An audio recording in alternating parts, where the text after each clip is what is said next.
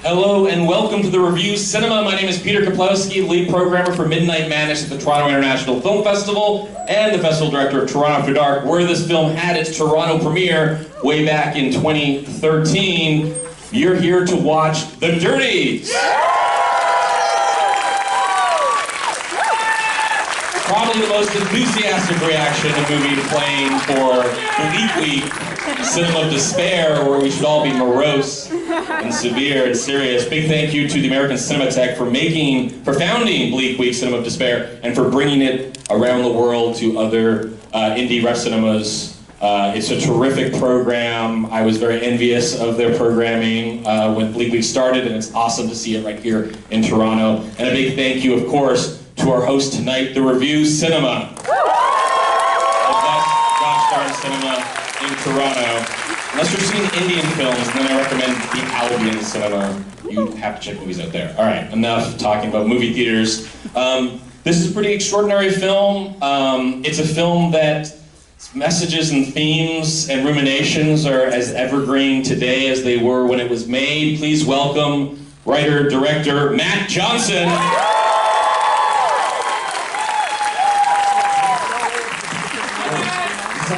Can you hear me? It's on. Yeah, good, good. Thank you, Peter. I did not think I'd be introducing this film. I'll tell you something. Owen, who is in the movie with me, is here tonight. Yeah! We have another special guest too. But when we first made the film, both he and I always refused to go do the intros. Because at that time we were like, oh, it's bizarre, like people shouldn't see us beforehand. And I remember we screened at a movie in Sarasota, Florida, which is a fairly geriatric community. And it was a film festival. What was the big film festival that was there? It was just the Sarasota Film Festival, right? Probably, at the time. And older audience.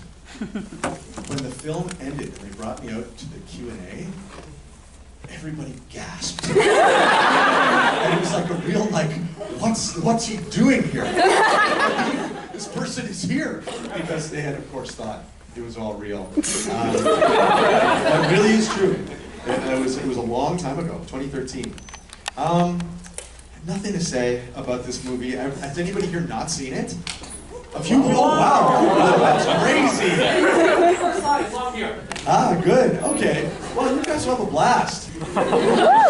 It's so short that if you're like, what the fuck is this? It'll be over soon. And what I think about this film, because they did a 10-year anniversary screening of it when Blackberry came out, and I can't believe how much of it wound up informing everything I have done since. And I will tell you, we'll probably talk about this in the Q&A, we had no idea what we were doing. When we were making the movie, we were just going out and shooting and playing like almost the way that kids would, and never would we have thought that it would have transformed into this. So it's quite surreal. Anyway, thank you for coming out. I really appreciate it. And I'll see you afterwards for the Q&A. And thank you, Peter Kaplowski. See you for the Q&A.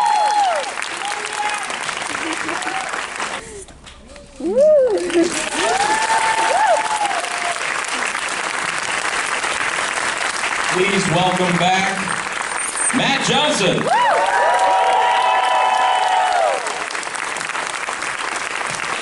And Matt joining you. Yeah, we have such a special treat. It's been many years since we've been in the same room together because we stopped being friends after what I've done. But he's gotten over it. Please welcome Owen Williams.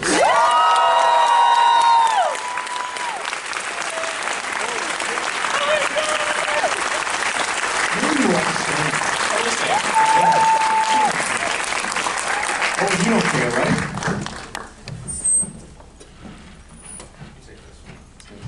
Good to see you again.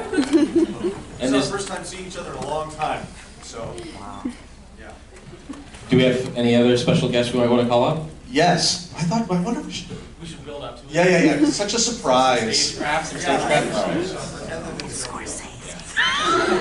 No one's here. We'll answer these questions together. I mean, it's a very provocative subject to tackle as first film, school shootings. But one film that comes to mind that was also a famous film debut is Peter Bogdanovich's Targets. And also not just the subject matter, but also even the construction of that film and the fact that it was a film where he had to deal with other footage and put footage together. Was that something that even came to mind, the correlation between Peter Bogdanovich's Targets and this film? No, that was, afterwards, that connection was made a lot closer. And I had seen the film because I really liked Bogdanovich, but it was much more Man Bites Dog. Yeah. We thought we were doing a straight rip-off of two movies, Man Bites Dog, and I'm sure you remember the Campos film After School. Those two movies were really what we were watching and being like, okay, let's just do this. And it was Josh Bolz's idea. He was the first person of my friend group to have seen Man Bites Dog, and he came to me and said, you should make a movie where you play a serial killer just like in this movie. And that was really our Rosetta Stone. Was that inspired by him watching what you were doing with the web series with Nirvana? Or? Yes, because he was in the web series, and he was at our apartment all the time. He's an extremely close friend of ours. And I think he knew, and I was thinking about like a movie that I would make, and that just basically connected all the dots. Because it was like we already had the production style from the Nirvana web series, and it just seemed like such an obvious fit. Strangely, and I would say ironically based on the fact that he's standing beside me, the hardest thing, by far, to figure out was my co-star. Because we thought we would do it with Jay, and this sounds absurd thinking back, we were like, oh, but Jay looks so adult. Like, there's no way he could pass his age. And then it's so funny, I look at footage of him now in the Nirvana the Band movie, and I'm like, what was I thinking? He looks like a little boy. Mind you, at the same time, he plays a teacher in this movie. And I didn't know Owen. I'd never met him before, and it was Evan Morgan who co-wrote, co-edited, and really was like sort of the next most important creative person on this project. He also was one of the cameras with Jared. He said that he went to camp with a guy who had the same kind of inflection in his voice as me. And that's all he said, and I was like, this guy sounds great. Let's get this guy. And then Owen and I met, and my memory was that instantly I was like, I love this guy. I don't think there was ever any debate. We met, and then we started making the movie the next week. That's my memory. Making the movie, I mean, you and I got you a job at the Science Center, and it's really true because we needed to like spend a lot of time with one another very quickly, and that was such a sinecure position I had. I basically did nothing, and I was like, okay, come work here with me, and we'll spend as much time together as we possibly can. And was it a month? How long? Because I quit, right? We both quit to make this movie, but how long was it between? I mean, I don't know. It felt like a while to me because at the Science Center, Matt had a lot of little tricks at the Science Center about how to have a good time there. The Science Center is now closed forever. So some of these tricks could be talked about more openly, but it still don't need to be totally. But just like little ways to do like little time theft. And they made me very, very nervous. Any little thing, be like, you get out like 10 minutes early if you just do this little thing. I don't know, that's really ethical. I was so extremely nervous about any little caper. And Matt was like, this is good, this is training, like this is... Meanwhile, you're just auditioning him for the movie. Well, he'd already got the job. But at this point, I didn't realize that he was getting so much out of it. It's funny to think back, I did have a lot of schemes. You know what? I had become good friends with the security guard there who was like, there was something about, I couldn't get in a room at some point. He was like, oh man, I'll just get you like a skeleton key. And I was like, really? And so he gives me this, and he's like, just bring it back at some point. 3 years later, Owen is working there, and I'm like, where do you want to go? We'll go in any goddamn room. This is the room I sleep in. Here's where I edit Nirvana the Band, the show. Literally, I had my whole editing set up in one of the classrooms there. I mean, I guess this is despicable, but in a very real way, that job created not only the Dirties, but Nirvana the Band, the show. Because it was only because I had that job that I could afford to live, and because, again, I didn't have to do anything there. I was a tour guide. So I would just edit the show all day. Now, you said at the start that you really didn't know what you were doing when beginning this movie. What was sort of the first step beyond this summer of sort of training Owen for the part? I don't remember. What was the first thing that we did? You and I, we moved into Evan's basement because his parents were in England for a month and a half or something. And wasn't that just it? And we went out and filmed every day. Yeah, well, a worthwhile story maybe is the first thing we ever shot is the first scene of the movie. Yeah, right, with those kids. Really true. Yeah. So we're like, we're making a feature, we're doing this, we're really making a movie. Really, the script wasn't really written. Actually, I remember you and Evan one day spent like you were like, we spent a whole day. That was a big deal to us. And you're like, well, because at this time we were playing Mario Kart so much that for us to spend a day doing anything other than that, well, as I say, we had made a big point of it. and yeah, we got home and you hadn't finished, and we were really pissed off, and you were really ashamed too that you hadn't finished writing the movie, honestly. And then we were going to film, and I don't know if you remember, I lost my voice completely. Yes, and so at the beginning of the film, if you ever watch this again on DVD, listens to Owen's voice. One of the reasons that I'm doing all the talking with those two kids is because Owen literally can't speak. And it's why the only thing you say is, yeah, I'm the other guy. I learned to trick them, and I don't know how interesting this stuff is, but I'm telling this story as I tell it to my students now. So I'm a public speaking coach at the high school that I teach at. If you lose your voice, and you really lose your voice and you can't speak at all, what I've learned is if you drink oil of oregano, you get it back. I in about remember 15 doing minutes. this, oh my gosh, it was brutal. You can't take it, you have to drink a whole thing of it. Yeah. And then you really can speak. We'd be like, go, and I'd lose it, and then we'd have about half an hour where we could film and I could speak, and then we'd be gone. It really was like the Bane venom. He would have to do it, and then he would be able to turn it to himself, and then it would be gone. You remember how disgusting that was? Because we all did it in solidarity. Don't do this. Don't do this if you don't have to. It's so painful. And it burns your vocal cords back to life, I guess is what it does. I hadn't thought about that in, whatever, 13 years. But that's crazy. It was a chance encounter to find those kids. So like, what were you originally planning to shoot in that park? We were going to test the microphones again. We never went anywhere with a plan, Peter. Peter, we would drive around. I don't think we had a car.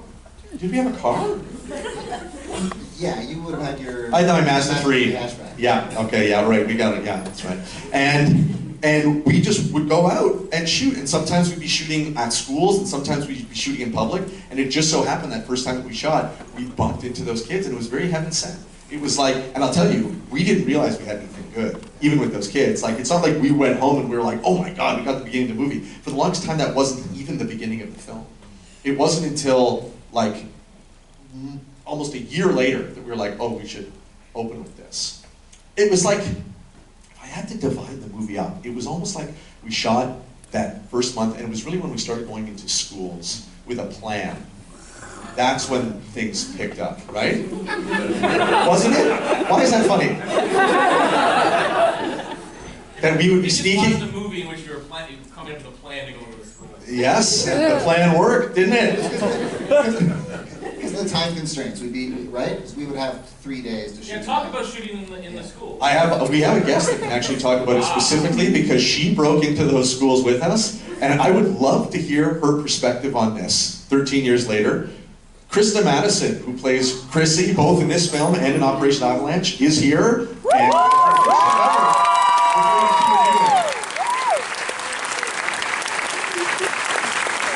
because unlike everybody else on our team, Krista was the only person who didn't know us. And so I got to imagine we were like, okay, we're going to these places and we're shooting illegally. Like, what did you think? You know, it was my first time on a feature. There was no plan. My audition was so random. I auditioned for you. Do you remember? At Evan's apartment. I remember. No. Was it? No, No, it wasn't. It was in a room. Yeah. Oh, I don't remember that. It was at a casting studio, I think. Oh, cool. Patrick, my agent, is here. He sent me. Yeah, so anyways, the whole thing was it was giving disorganized slightly. But I was down to clown with it. It was so much fun. I don't know. I just trusted you. I showed up to set, and I'm like, what are we doing today? And they're like, stand here. I'm like, okay. And I had no idea when they were shooting or not shooting or any of it. So a lot of that was just like... Your real reactions. Yeah. I remember when we were shooting that stuff in the hallway. I haven't seen the film in so long, but I have a vivid memory of when we say, oh, is there anybody you want us to kill? And you were like, yeah, Mr. Bird. and that being a real favorite moment of mine in the whole movie, because it really tied a lot of things together for me. I was like, oh yeah, this Mr. Bird guy, he seems real friendly.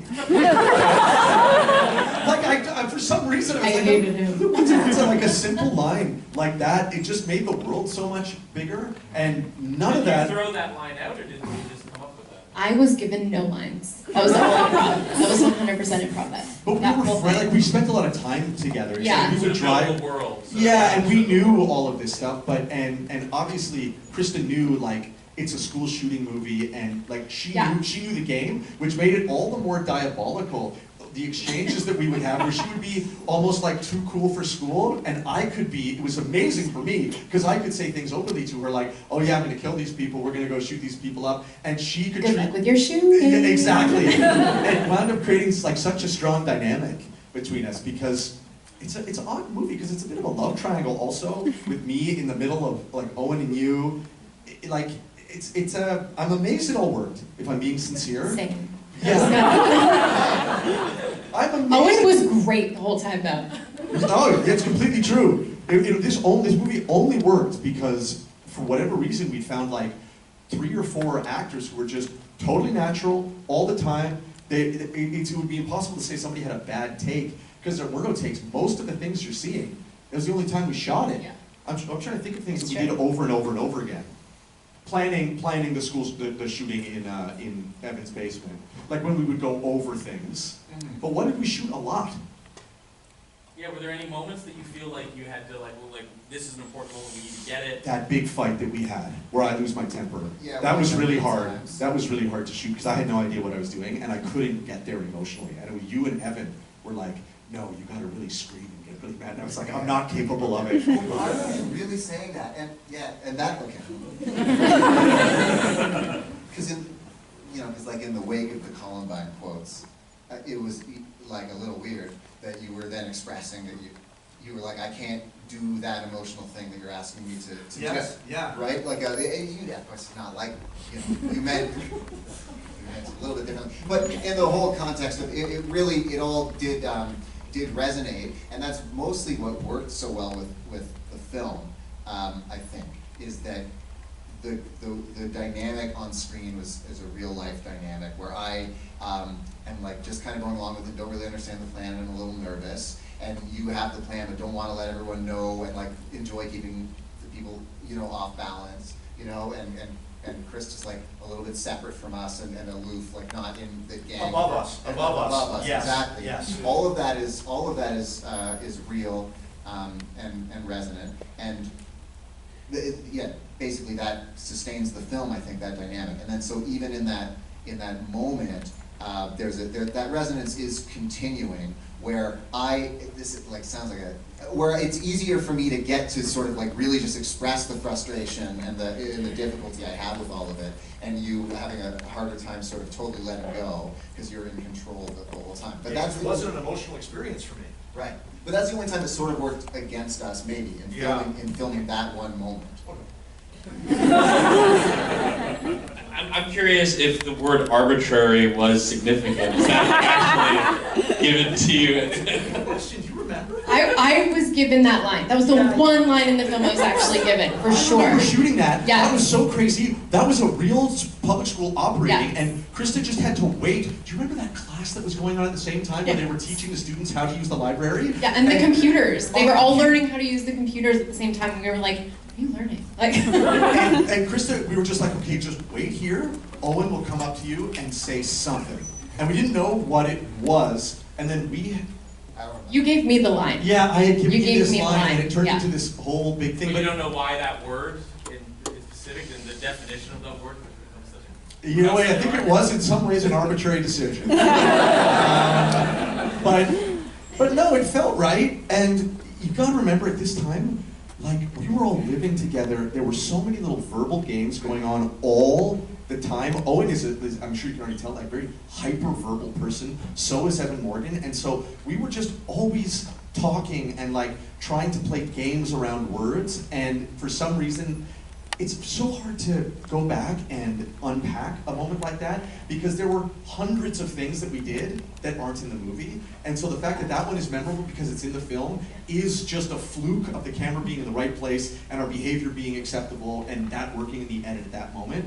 Like, we shot so much all together. There was like extended scenes that we shot of Owen playing guitar for Krista. Like, they had entire relationships that never bordered on the romantic, but it was like, where like they were becoming real friends. We shot huge amounts of stuff in all different directions that I don't even remember. And we spoke in that language a lot. Like, a lot. Yeah, we did. Yeah, We were joking about it, like, behind the scenes, too, and he started doing it, and I spoke back, and he was like, what? And I was like, I can do that, too. Oh, And then we wrote it in, Double talk yeah. language, yeah, double talk. Oh Yeah, wow, I guys. totally forgot about that. That came from you from camp, right? I'll say that was another real secret of this movie. I'm not sure if we've ever talked about this before, but the fact that Owen and I both went to summer camp as kids, I think really, if you view this movie, Nirvana the band, a lot of these films through the lens of like Ontario summer camp, I know it's not true, but a lot of it is coming from that, a kind of like play and games where you invent things and you're like, tonight we're doing this, and it's the most important thing in the world. All of these movies are kind of like me trying to recreate that feeling of being at camp and like, oh my gosh, the girls are over there. Oh wow, we need a plan to go talk to them. Like, this is going to require a plan. And yeah, I think that's why Owen and I got along so well and why we fell into the dynamic so quickly. Again, there was no run up to it. Like, we started filming and immediately it was like, okay, yeah, this guy's my best friend and we can do this forever. And it's funny, when it ended, when did we stop? Was the school shooting the last thing we shot? Really? Like, in terms of big things? It must have been, right? I think it was, yeah. And this is again my memory. What did you Did we just shoot run it? away in the school shooting? What happens with you? I wasn't even there. I wasn't on set. You weren't even there? No. Probably for the The best, last thing because I that shot would've was been complicated. that Peterborough school. That was crazy. Yeah, that was the last thing that Yeah. I was on set for. That was Yeah. probably the most like, whoa, what are we doing? That was like a living, functioning school. But that was the last year that school existed too. Yeah. That was you guys like, know and they this were school? going It's an out. art school in Peterborough called PCBS. I Yeah. don't know what the acronym stands for. And our cinematographer Jared Rabb graduated from there. And all of those interviews you see with students, teachers, Owen and I in classes, in gym class, Yeah. like all of that stuff is just, I think we were there for 2 days. I think we did like 3 days. Yeah. 3 days? Where did you And Jared's mom cooked for us every We stayed night. at Jared's parents' house. That was so amazing. It's really well. It's really sad that school closed down because all that stuff it was so vibrant that like the Seussical rehearsal that were that was and the two kids who sing the song that's for sort of the third montage are just kids in the hallway and the kids sort of dancing in the stairwell. It's sort of a So really all positive that stereotype All in that art footage school. that was More documentary footage was only from 3 days of shooting. Total. And then Never went back. And you never went back, and then the rest of it was more of a controlled school set. No, we're never in a controlled school except for this school shooting. Okay. And that even wasn't that controlled because they didn't tell us that it was Chinese school that day. So they gave us the school, but didn't tell the students who were there. And if you go back and watch that footage, you will see a bunch of people being like, what the hell is going on? This is crazy. Because there was just an operating Chinese school the same day. But all the other school stuff is just schools in Toronto that we would just go shoot around or go in and And shoot. no one had a problem with the subject matter? Well, they didn't know what we were doing. They didn't know. Nobody knew. Well, that's sort of Matt's plan. No one knew. I'm gonna give. But you know what? Let me add an addendum to that, which is nobody knew what we were doing, but when we showed them the movie, everybody was thrilled. And I think that that's a testament to the types of places that we went to shoot. There was nobody who was either in the movie or a school that we shot at that was like that felt cheated or duped or robbed or like this was a bad thing. They were all like, oh great. I mean, on the subject of showing people the movie, I mean, it's been 13 years. Do you remember what the experience was like taking the film to Park City? We were together. Yeah. The three of us were all together. We were. Your mom came. She did. It was amazing. She was so cute. It was one of the craziest experiences, certainly, of my life, because we didn't know you're showing it to an audience that doesn't even know. Like, they don't know you at all. exactly, Yeah. and we also didn't know, like how it was going to be received. We just finished the movie a few days before, probably 3 days before we finished the film. Yeah, and so I don't think you'd ever even seen it. I think the first time I saw it was at Slam Dance. Yeah, exactly. Yeah. And it was surreal. It was crazy because the crowd responded so strongly, and immediately at Slam Dance, if you don't know, it's a very, very small festival inside of the Sundance Festival, and so it's already like so off the beaten track, but I could tell the minute after it screened that something had changed for us because people wanted to talk to us, everybody was talking about our movie. It was like, it was the craziest feeling ever. And we stayed the whole week, and I think it only screened one more time. Is that right? You and I sat at the back behind the bleachers with our eyes closed because we were so scared. It's true. Really. Owen and I said, we were sitting there, I think, like, and we were like touching, right beside one another, and with our eyes closed, we didn't open our eyes the entire screening because we were so tense. People don't realize, like, Slam Dance, it's very claustrophobic too. It's a very small, very, very small space. They don't even do it there anymore. Yeah, it used to be in like a... The Treasure Mountain Inn. Yeah, at an inn at the top of the street. But that was the first time anybody from I would say the real world had seen anything that we'd done. Because Nirvana the Band, the web series at that point, was really just a kind of like a very like local Toronto weird thing that people knew, but really only like young people. Did you know about it at the time? I did, yeah, because they were cross-shooting when they were doing all the things. So they would take a few days off to go shoot the show and come back and, like, interweave things. Jay McCarroll, I don't know, was, like, working on it. Kinds of yeah, he was, like, in and out and back and forth and there and gone. And it was happening all at the same time. Like, you guys were creating it at least at the same time. I think that may be partially true. I think that the last episode had come out, maybe we were putting together the DVDs. Yes. For the DVDs at that time. Yeah, and he was maybe finishing the sound on it, or maybe, like the score on it. I mean, Jay was very involved because Yeah. he also did all the music on this. But yes, it was a profound experience, and none of us could believe it. We were ecstatic because again, we're Canadians. It's like an American festival. We're the only Canadians there, and people wanted to talk to us.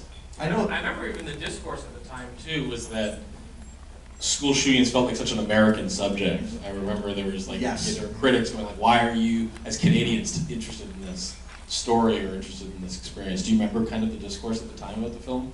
I think we were too young to even get use a word like discourse at that time. You know what I mean? I guess so. You know the word. Well, I know what it means, but what I'm saying is I don't know that we were involved. Like we weren't thinking. Like, you weren't thinking, oh, this is going to be a conversation. Yeah. No, but we were worried. The first time we filmed it in Toronto was a month after Sandy Hook.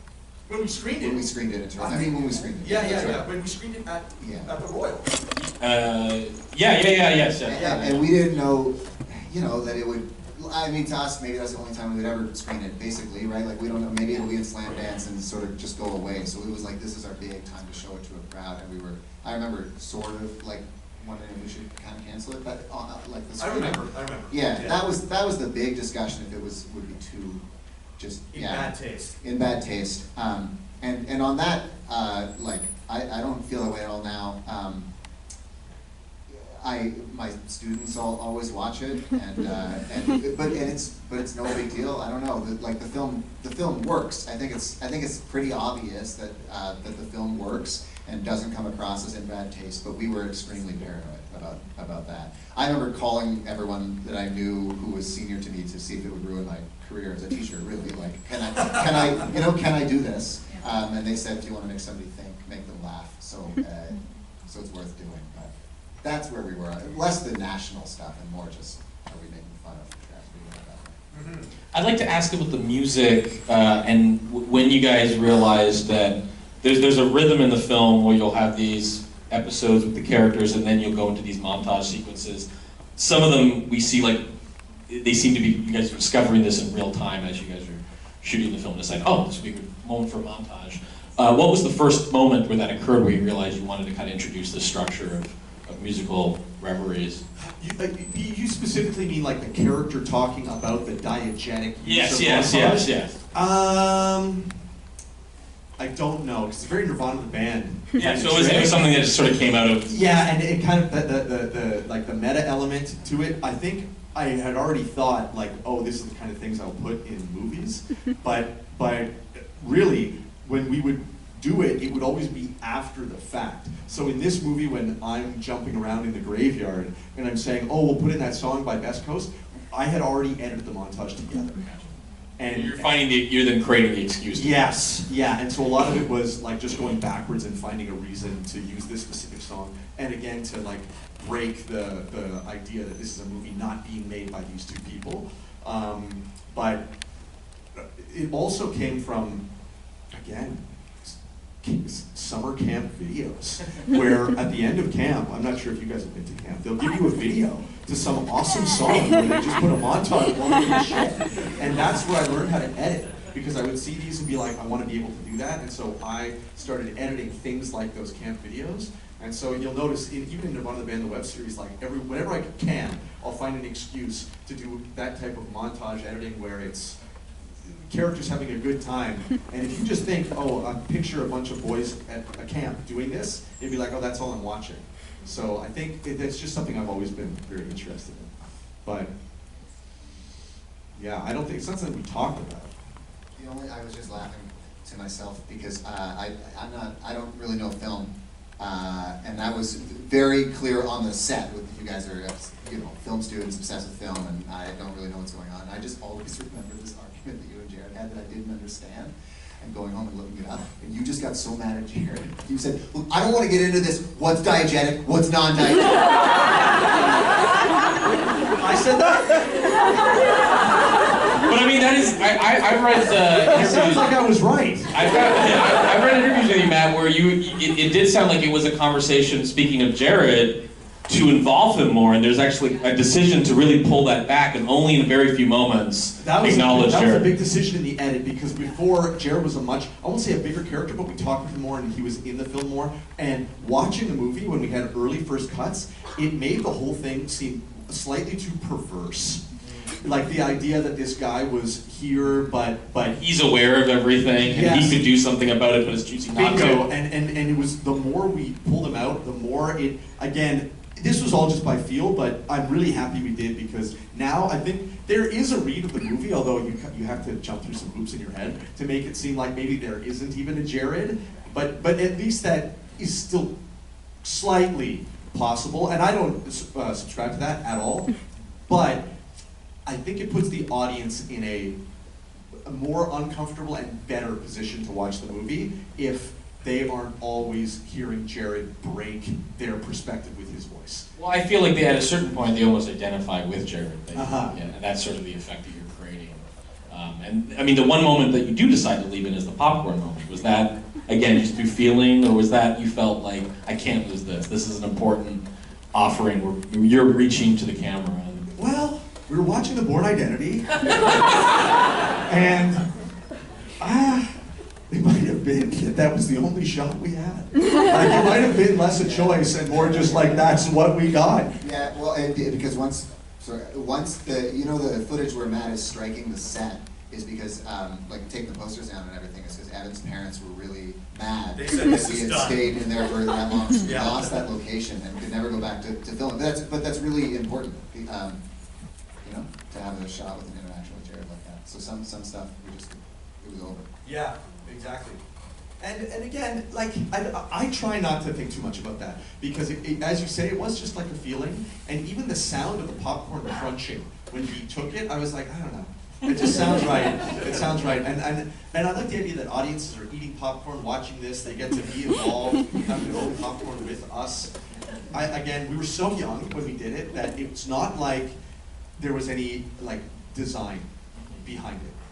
Now you followed this up with Operation Avalanche, and The same cast. with the same cast, and Yeah. in movies things often come in threes. Will you guys ever get together again? We've talked about it a lot. Owen and I have an amazing idea for Spill it. you want to hear our pitch? No, we can't reveal it yet. Yeah. But obviously we talk about it a lot. Unfortunately, I just don't think I'm in a good enough place in my career to get a movie like that made. Look, it would be a dream come true for us to be able to make a third in this. And I think if it doesn't happen soon, it will happen at some point. Because, like, again, it's not like these movies are easy to make. It's a nightmare. It's so painful to make them, really. I would say making this movie was harder at every level than making the Nirvana the Band movie. I know you weren't there for that, but it was harder at every level because it's making comedy movies where it's like Well, this is the one too that where so much of it is dramatic as well. and it's so hard to maintain that tone because getting actors to be there, even, I know we talked about it before, but that silly scene where Krista and I are in a school hallway and I'm measuring things and she's saying, "What are you doing?" To make that real is so hard. And like, it's the kind of thing when I look at this movie, I think I would not be capable of making this today. Like, I just couldn't do it. I have no idea how a lot of this stuff happened, and the only reason it did happen is because we just thought, well, let's just try it. And we went out and did it, and got lucky time and time again. Like those kids at the beginning, like what if they weren't there? Did you ever see The Visitor? I did watch it. No, it's on the DVD. It's on the DVD. Yeah, we've all seen it. I think we all on the DVD. That Patty does a director's commentary of it. You guys find the Dirties DVD somewhere. They're very rare, but you can watch the movie that those kids were shooting with the director's commentary underneath. I think it's 22 minutes long. Like, it's not short. He was 13. Incredible. Matt, everyone, thank you so much. That's all the time we have for the Q&A, but please put your hands together for the Dirties. I just want to shout out too, you guys can make this movie like Matt Miller is in there as well. The news story this film is here, although he doesn't really care. He was trying to forget. In the back, he's saying, yeah. Just wanted to make sure you guys And thank you to you, people who have discovered this film and who have been fans of this from the beginning. I have said this many times before, but it would have been so easy for my friends and I to stop doing this had we not realized that there were people in Toronto who like this. And so truly you own not only this movie, but everything afterwards. It is the fans in Toronto that created this career, and I do not mean that in any superficial way whatsoever. You just look at your friends. All it takes is like one encouraging thing to say about a piece of work. It must be sincere, but it can lead to an entire career of an artist. Whereas I'm sure you felt this. You make something and you scream for people and it's just kind of cold. You're like, I'm never doing this again. I humiliated myself, I will stop. So truly, thank you, and we will continue to make movies specifically for the freaks in this room. Just so that we don't bottleneck the aisles, everyone just stay in their seat and you guys can move to the lobby and then you can all hold court. But thank you.